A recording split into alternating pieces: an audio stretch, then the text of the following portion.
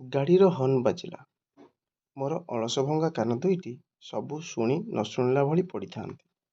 ମୋର ଶରୀରର head office ହାଲୁକା ଭାବରେ ଆଖି ଦୁଇଟିର କାର୍ଯ୍ୟକ୍ରମ ଆରମ୍ଭ କରିବା ପାଇଁ ପରାମର୍ଶ ଦେଇଥାନ୍ତି। ହାତ ଆଉ ଗୋଡ଼ର ଆକ୍ସନ୍ ଦେଖି ଓଠ ହସିବାକୁ ଚେଷ୍ଟା କରୁଥିଲେ ମଧ୍ୟ ହସି ନ ପାରି କେବଳ ବଙ୍କେଇ ହୋଇ ଦେହର ତାଳେ ତାଳେ ପେଟ ଭିତରୁ ପବନ ବାହାର କରି କସରତ କରୁଥାଏ। ସେପଟେ ଗୋଡ଼ ଦୁଇଟା ମୋର ପଲଙ୍କ ତଳକୁ ଯିବା ପାଇଁ ଚେଷ୍ଟା କରୁଥିଲେ ମଧ୍ୟ ହାତ ଦୁଇଟିକୁ ମୋର ପ୍ରାଣପ୍ରିୟା କବ୍ଜା କରି ବନ୍ଦୀ ବନେଇ ଦେଇଛନ୍ତି ତାଙ୍କ ବାହୁବନ୍ଧନରେ। ସେତେବେଳକୁ କନ୍ୟାରତ୍ନ ମୋର ଅପଲକ ନୟନରେ ମୋତେ ତାର ଈର୍ଷାନ୍ୱିତ ଦୃଷ୍ଟିରେ ଚାହିଁ ରହିଛି। ସତେ ଯେମିତି ଭାରତର ପ୍ରଧାନମନ୍ତ୍ରୀ ନରେନ୍ଦ୍ର ମୋଦି କୂଟନୈତିକ କୌଶଳ ପ୍ରୟୋଗ କରି ଭାରତର ପ୍ରାନ୍ତରେ ଥିବା ପାକିସ୍ତାନର ସିନ୍ଧ ଆଉ ବେଲୁଚିସ୍ତାନକୁ ଭାରତରେ ମିଶାଇ ଦେଇଛନ୍ତି। ଶେଷରେ କନ୍ୟାରତ୍ନ ମୋର ଆଉ ସମ୍ଭାଳି ନ ପାରି ତାର ଶେଷ ଅସ୍ତ୍ର ବ୍ରହ୍ମାସ୍ତ୍ର ଛାଡ଼ିବାକୁ ଚେଷ୍ଟା କଲା ବେଳକୁ ମୋତେ ମୋ ପ୍ରାଣପ୍ରିୟାଙ୍କର ବାହୁବନ୍ଧନ ଛାଡ଼ିବାକୁ ପଡ଼ିଥିଲା। ଆପଣମାନେ ଭାବୁଛନ୍ତି କି କଳି ଯୁଗରେ ବ୍ରହ୍ମାସ୍ତ୍ର କୁଆଡ଼ୁ ଆସିଲା?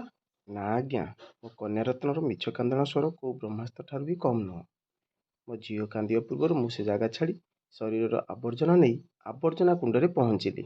ତାପରେ ମୁଖ୍ୟ ପ୍ରକ୍ଷାଳନ କରି ଦନ୍ତମାର୍ଜନ ସାରି କିଛି ଶୁଷ୍କ ଖାଦ୍ୟ ପାଟିରେ ପକାଇ ମୋର ବାହନଟିକୁ ଷ୍ଟାର୍ଟ ମାରି ଆଗକୁ ବଢ଼ିଲି ଏବଂ ଯଥାକ୍ରମେ 30, 40, 50, 60, 70 ସ୍ପିଡରେ ମୋର କର୍ତ୍ତବ୍ୟସ୍ଥଳକୁ ଯାତ୍ରା କଲି। ରାସ୍ତାରେ ଯିବାବେଳେ ପ୍ରକୃତି ତାର ନିସ୍ତବ୍ଧତାର ମୌନ ଭାଙ୍ଗି କୋମଳମତି ଶିଶୁ ପରି କିଚିମିଚି ସ୍ୱର ସହ କୁହୁଡ଼ିର ଆବରଣ ଭେଦ କରି ମୁଁ ମୋର ଗ୍ଲାମର ସ୍ପିଡ୍ ସହ ଆଗକୁ ବଢ଼ୁଥାଏ। ଏମିତି ଅନେକ ବାଟ ଚାଲିଗଲା ପରେ ମୋର ହାତ ଘଣ୍ଟା ଉପରେ ନଜର ପଡ଼ିଲା। ସେତେବେଳକୁ ସମୟ ସକାଳ 6:30 ହୋଇସାରିଥାଏ। ମନ ଭିତରେ ସକାଳ 7ଟାରେ ମୋର ଗନ୍ତବ୍ୟସ୍ଥଳରେ ପହଞ୍ଚିବାର ଟାର୍ଗେଟ ନେଇ ମନ ଭିତରେ ସ୍ୱପ୍ନ ବସା ବାନ୍ଧିଥାଏ। ବହୁତ ଖୁସିରେ ଆଗକୁ ବଢ଼ୁଥାଏ। ସକାଳ ସମୟ, NH5 ବିସ୍ତୃତ ରାସ୍ତା। ମୋ ଗ୍ଲାମରର ସ୍ପିଡ୍ 90ରୁ 95 ସ୍ପିଡ୍ ଭିତରେ ଥାଏ। ହଠାତ୍ କିଛି ଦେଖିବା ପୂର୍ବରୁ ମୋତେ ଲାଗିଲା ମୁଁ କିଛି ସମୟ ଯମଦୂତଙ୍କ ସହ ଲଢ଼େଇ କରୁଛି ନିଜ ଜୀବନକୁ ବଞ୍ଚାଇବା ପାଇଁ। ଆଖି ଫିଟିଲା ବେଳକୁ ମୁଁ ଯାଇ ମେଡ଼ିକାଲ ବେଡ଼୍ରେ। ସ୍ଥାନୀୟ ଲୋକମାନେ ମୋର ଏହି ଅବସ୍ଥା ଦେଖି ଆମ୍ବୁଲାନ୍ସ ଡାକି ମୋତେ ମେଡ଼ିକାଲରେ ଭର୍ତ୍ତି କରିଥିଲେ। ସ୍ଥାନୀୟ ଲୋକଙ୍କ କହିବା ଅନୁସାରେ ମୋ ଗାଡ଼ିର ସ୍ପିଡ୍ ବେଶୀ ନଥିଲା, କିନ୍ତୁ ରାସ୍ତାର ଅପର ପାର୍ଶ୍ୱରୁ 4ଟି କୁକୁର ଧାଁ ଦୌଡ଼ କରି ଆସି ମୋ ବାଇକ୍ରେ ଧକ୍କା ଲାଗିଲା ପରେ ସେମାନଙ୍କ ମସୃଣ ଶରୀର ମୋ ଗାଡ଼ିରେ ପିଟି ହୋଇଥିଲା। ଉଭୟ ମୁଁ ଆଉ ମୋ ବାଇକ୍ ଘୋଷାଡ଼ି ହୋଇ ରାସ୍ତା ମଝିରେ ପଡ଼ିଥିଲୁ। ଏହି ସବୁ କଥା ଶୁଣିବା ଭିତରେ କେତେବେଳେ ମୋ ହାତ ଗୋଡ଼ ପିଠି ନାକର ଡ୍ରେସିଂ ସରିଯାଇଥାଏ। ପେନ୍ କ୍ଲିୟର ଇଞ୍ଜେକ୍ସନ ଦେଇ ମୋର ସମସ୍ତ ଯନ୍ତ୍ରଣା କିଛି ସମୟ ପାଇଁ ବିରତି ନେଇଥିଲା। ମୁଁ ଯେଉଁଠି ଆଡମିଟ୍ ହୋଇଥିଲି ସେଇଟା ଥିଲା ସରକାରୀ ଗୋଷ୍ଠୀ ସ୍ୱାସ୍ଥ୍ୟକେନ୍ଦ୍ର। ବାସ୍ତବରେ ସରକାରଙ୍କର ସ୍ୱାସ୍ଥ୍ୟସେବା ବଡ଼ ଦୁର୍ଲଭ। ସରକାରୀ ସ୍ୱାସ୍ଥ୍ୟକେନ୍ଦ୍ରରେ ଜଣେ ସୁସ୍ଥ ମଣିଷ ବି ସ୍ୱାସ୍ଥ୍ୟସେବା କଥା ଭାବି ବେମାରୀ ହୋଇଯିବ। ସବୁଠାରୁ ବଡ଼ କଥା ହେଲା, ଦୁର୍ଘଟଣାରେ ମୋର ବାଁ ଗୋଡ଼ଟା ପୁରା ଫ୍ରାକ୍ଚର ହୋଇଯାଇଥିଲା। କିନ୍ତୁ ମୋର ଗୋଡ଼ର ଏକ୍ସରେ ଦେଖି ଡକ୍ଟର କହିଲେ, ତୁମର କିଛି ହୋଇନାହିଁ। ତୁମେ ଏବେ ଯେଉଁ ଯନ୍ତ୍ରଣା ଅନୁଭବ କରୁଛ ସେଥିପାଇଁ ମୁଁ କିଛି ଇଞ୍ଜେକ୍ସନ ଆଉ କିଛି ବଟିକା ଲେଖିଦେଉଛି। 5-6 ଦିନ ଟାଇମ୍ ଲାଗିବ। ସେଇ ହିସାବରେ ଖାଇଲେ ଭଲ ହେଇଯିବ। ଡାକ୍ତରଙ୍କର ଉକ୍ତ କନଫିଡେନ୍ସପୂର୍ଣ୍ଣ ଷ୍ଟେଟମେଣ୍ଟ ଶୁଣି ମୋତେ ଲାଗିଲା ମୋର କିଛି ହୋଇନି। ମୁଁ କେବଳ ମିଛଟାରେ ଏତେ ବାପଲ ମାଲ ହେଉଛି।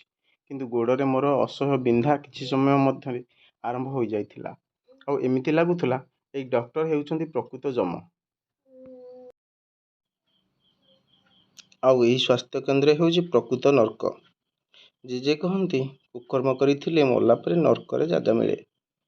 ହେଲେ ମୁଁ କିନ୍ତୁ ଅନୁଭବ କରୁଥିଲି ମଲା ପରେ ନର୍କ ଯନ୍ତ୍ରଣା ପାଇଲେ କିଛି ଫରକ ପଡ଼ିବନି। କିନ୍ତୁ ବଞ୍ଚି ଥାଉ ଥାଉ ଏହି ଯନ୍ତ୍ରଣା ନର୍କଠାରୁ ବି କମ୍ ନୁହଁ। ମନ ଭିତରେ ଗୋଷ୍ଠୀ ସ୍ୱାସ୍ଥ୍ୟକେନ୍ଦ୍ରର ଡକ୍ଟରଙ୍କ ଚିକିତ୍ସା ଠିକ୍ ନାହିଁ ବୋଲି ଭାବି ପରିବାର ଲୋକଙ୍କୁ ଡକାଇ ସେଠୁ ମୁଁ ଡିଷ୍ଟ୍ରିକ୍ଟ ହେଡକ୍ୱାର୍ଟର ହସ୍ପିଟାଲକୁ ଗଲି। ସେଠି ଆଉଟଡୋର ଟିକେଟ କାଟି ଡକ୍ଟରଙ୍କ ପାଖକୁ ଗଲି। ଡକ୍ଟରଙ୍କ ରୁମ୍ ଆଗରେ ଏତେ ଭିଡ଼ ଦେଖି ମୁଁ ବହୁତ ଡରି ଯାଇଥିଲି। ମୋର ଘର ଲୋକଙ୍କ ଅନୁରୋଧ କ୍ରମେ ଡକ୍ଟର ଖଣ୍ଡେ ଦୂରରୁ ମୋତେ ଦେଖି ଆଡମିସନ କରିବାକୁ ଟିକେଟରେ ଲେଖିଦେଲେ। ସମୟ ପ୍ରାୟ ଅପରାହ୍ନ 1:40ରୁ 5:30 ହେଲାଣି, ଏଯାଏଁ ବଡ଼ ବେଡ଼୍ ପାଖକୁ କୌଣସି ନର୍ସ କିମ୍ବା କୌଣସି ଅଫିସରର ଦେଖା ନାହିଁ। ହଁ, ତା ପୂର୍ବରୁ କେବଳ ମୋ ବେଡ଼୍ରେ ବେଡ଼ସିଟ୍ ବଦଳାଇବା ପାଇଁ ଜଣେ ହାଉସ୍କିପିଂରେ କାର୍ଯ୍ୟରତ ଥିବା ମହିଳା କର୍ମଚାରୀ ଆସିଥିଲେ। ମୋତେ ତ ଲାଗିଲା ସେ ହିଁ ସେବିକା ହୋଇଥିବେ, ଆଉ ମୋତେ ଦେଖିବେ ପାଦରୁ ମୁଣ୍ଡ ପର୍ଯ୍ୟନ୍ତ ଅସହ୍ୟ ଯନ୍ତ୍ରଣାରେ ଛଟପଟ ହେଉଥାଏ। ବାପ ଲୋ, ବୋଉ ଲୋ, ମରିଗଲି ଲୋ, ମୋତେ ବଞ୍ଚାଅ କହି ଗଡ଼ି ବୁଲୁଥାଏ। ଏତିକି ବେଳକୁ ମୋର ମୋବାଇଲର ଆଲାର୍ମ ହଠାତ୍ ବାଜି ଉଠିଲା। କ୍ରିଂ କ୍ରିଂ କ୍ରିଂ କ୍ରିଂ କ୍ରିଂ କ୍ରିଂ କ୍ରିଂ କ୍ରିଂ। ମୋତେ ପ୍ରଥମେ ଅସ୍ପଷ୍ଟ ଶୁଭୁଥିଲା। ଭାବିଲି ମେଡ଼ିକାଲରେ ଆଲାର୍ମ କିଏ ବଜାଉଛି? କିନ୍ତୁ ୟା ଭିତରେ ମୋ ସ୍ତ୍ରୀ ଉଠି କହିଲା, ହଇଓ ଶୁଣୁଛ ନା, 4ଟା ବାଜିଲାଣି, ଉଠୁନ, ଡ୍ୟୁଟି ଯିବାର ନାହିଁ କି? 10 ସେକେଣ୍ଡ ପାଇଁ ମୁଁ କିଛି ବୁଝିପାରିଲିନି। କ'ଣ ହେଉଛି ବୋଲି ବଡ଼ କନଫ୍ୟୁଜନର ସହିତ ମୋ ଧର୍ମପତ୍ନୀ ପଚାରିଲି, ମୁଁ କ'ଣ ମେଡ଼ିକାଲରୁ ଘରକୁ ଏତେ ଶୀଘ୍ର ଜଲ୍ଦି ପଳେଇ ଆସିଲି କି? ମୋ ପତ୍ନୀ କହିଲା, ହଇଓ, ତୁମ ମୁଣ୍ଡ କ'ଣ କାମ କରୁନି କି? ତୁମେ ମେଡ଼ିକାଲ କାହିଁକି ଯିବ? ତୁମେ ପରା ବ୍ୟାଙ୍କରେ ଚାକିରି କରୁଛ। ହେଇଟି ଶୁଣୁଛ, ତୁମେ କେଉଁ ନର୍ସ କି ଲେଡି ଡକ୍ଟର ପଛରେ ପଡ଼ିନ ତ?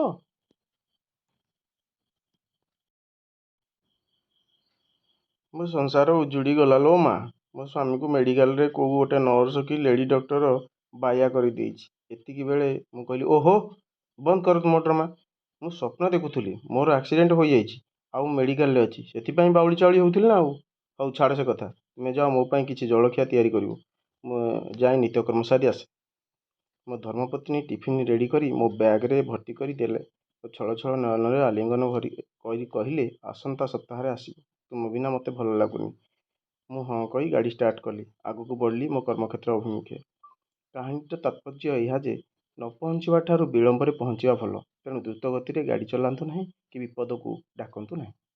ଧନ୍ୟବାଦ। ଯଦି ମୋ କାହାଣୀଟି ଭଲ ଲାଗିଲା ଗୋଟେ ଲାଇକ୍ କରନ୍ତୁ, ଛୋଟିଆ କମେଣ୍ଟଟିଏ କରି ମୋତେ ଉତ୍ସାହିତ କରନ୍ତୁ। ଆଉ ହଁ, ଏଇଭଳି କାହାଣୀ ଶୁଣିବାକୁ ଚାହୁଁଥିଲେ ଚ୍ୟାନେଲଟିକୁ ସବସ୍କ୍ରାଇବ୍ କରିବାକୁ ବିଲକୁଲ ଭୁଲନ୍ତୁ ନାହିଁ। ଜୟ ଜଗନ୍ନାଥ।